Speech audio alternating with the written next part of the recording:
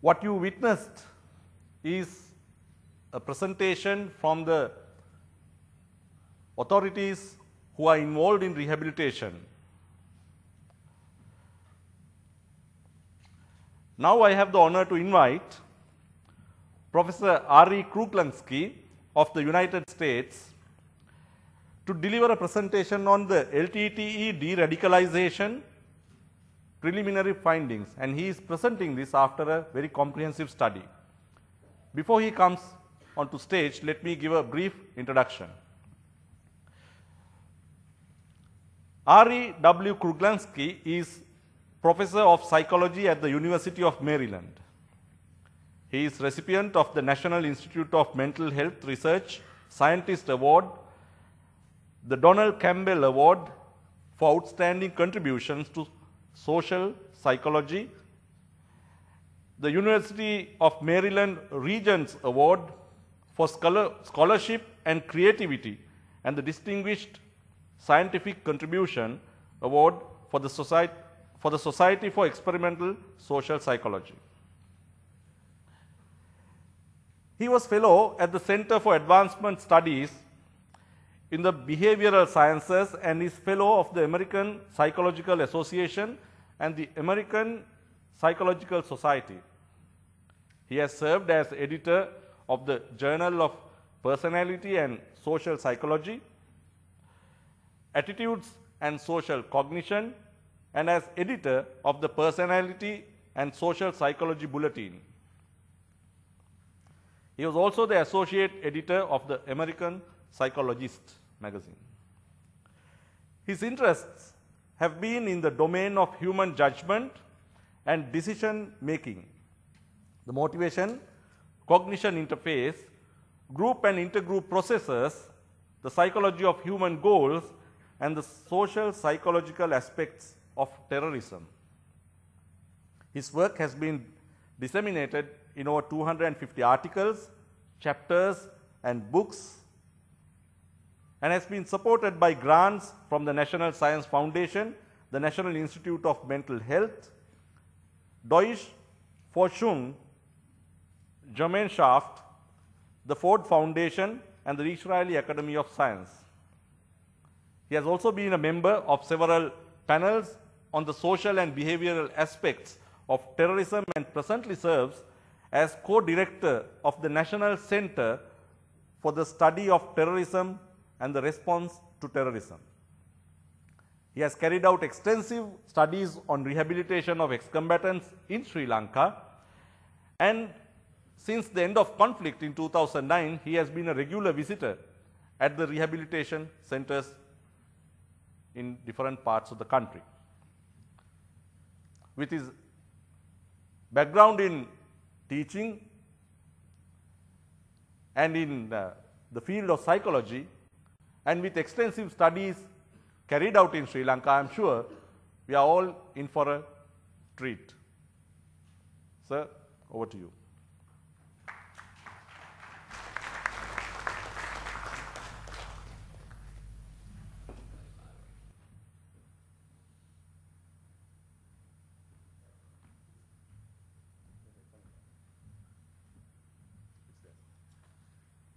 Thank you very much for this generous introduction. Commander of the Sri Lankan Army, General Jayasuriya, General Ranasinghe, distinguished officers of the Sri Lankan Army, honorable guests and experts, good morning. It's my distinct pleasure and great honor to be invited to this conference that I regard as historically important, and for something completely different, to share with you some science on evaluating the success of the deradicalization program carried out by the Sri Lankan Army that we just heard about. As you know, the detention of militants is a fact of life. It's inevitable consequence of prolonged, protracted conflict.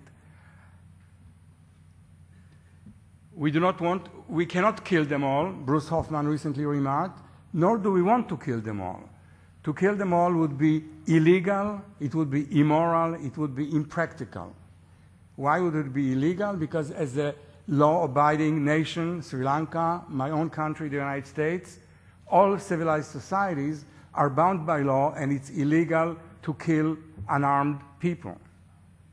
It's immoral because we do not want to do that because of our norms of humanity and morality. In that sense, asymmetric conflict against terrorists is not only asymmetric in terms of the inequality of power, it's also morally asymmetric. They are allowed to kill innocents, we are not. For us, it's immoral, it's prohibited. Finally, it's impractical because we do not want to kill them, we want to make peace with them. We need to live with them, we need to integrate, we need to reconcile. So for all these reasons, detention is an alternative. But detention, of course, poses its own severe problems. There are legal problems. How are the detainees to be defined? We in the United States have struggled with this question considerably. Are they to be considered criminals? Are they entitled to habeas corpus? Can they question the legality of their imprisonment? Are they to be considered enemy combatants? Can they be interrogated harshly? Can they be held without trial? These are all dilemmas to which there is no clear answers, and yet they have to be addressed. In addition, in the short term, there are many practical problems. How are they to be held? How are they to be occupied? How are they be prevented from escaping, from rioting? These are all very important problems in the short term while keeping the terrorists, the suspects in custody. A more important issue is what can we do with them in the long term? Can we deradicalize them? Can we use that opportunity to plant the seed of reconciliation in their minds and hearts? They need to be, at the end of the day, released into the community. What influence this will have on the community at large, what kind of impact they will have. What's interesting is that the custodial situation both contains challenges and opportunities. The challenges have to do with the fact that people can be radicalized in prison. And many recent cases attest that radicalization in prison can occur. For example, Robert Reed, the famed shoe bomber, because of whom we are taking off our shoes every time we come to an airport. Jose Padilla, the dirty bomb suspect, Christian Goncharski, who was involved in the Djerba of the coast of Tunisia, Pierre Richard Robert, involved in Morocco bombings. They were all radicalized while in prison. Why would people be radicalized in prison? What makes prison such a conducive context for radicalization? First of all, consider how does it feel to be imprisoned? If anything, it's a humiliating experience. You feel empowered. You feel disempowered, empowered by an external force. You're reduced to an insignificant child. You're told what to do. You're bossed around. And this kind of humiliation, this kind of sense of personal insignificance evokes psychologically a quest for regaining one's significance. And a violent ideology promises just that you will be significant because you will be empowered to strike against your enemy. You're going to reduce them to what you are now. You're going to avenge your dishonor.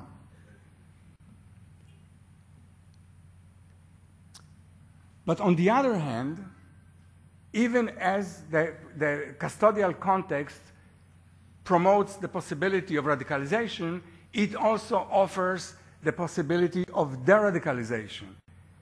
And the reason is that people who are disaffected with militancy and terrorism, and believe me, to be a militant and a terrorist is not a cakewalk. It's not an easy street. It's a very hard life to be persecuted, to be constantly on the run. So these factors sometimes, very often, cause the terrorists to reconsider their situation and their course in life. And a prison situation allows them to get outside the sphere of influence of the group to which they were bound and to think again, to reconsider, to rethink, maybe to see the light. Recently, a good friend of mine, an expert on the ETA, the Basque terrorist organization, interviewed several detainees who left the ETA organization and were reintegrated into society, and they very often saw the light and got deradicalized while in prison, while allowing themselves to think, to consider their religion, to consider what they were doing in a larger context without the constant pressure of the shared reality that their organization provided them.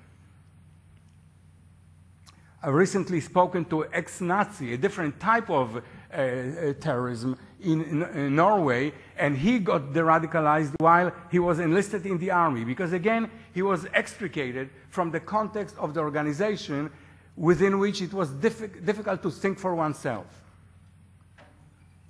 So there are challenges, but there are also opportunities. Now, because of these opportunities, several nations recently, in recent years, have produced programs of deradicalization. Saudi Arabia, Singapore, Yemen, Egypt, Iraq.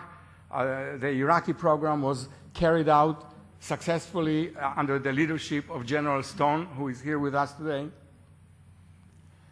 In most of these cases, because this was Islamist, jihadist type of terrorism, a major element in the deradicalization process was a religious one, counter-arguing theologically the misinterpretation of Islam, misinterpretation of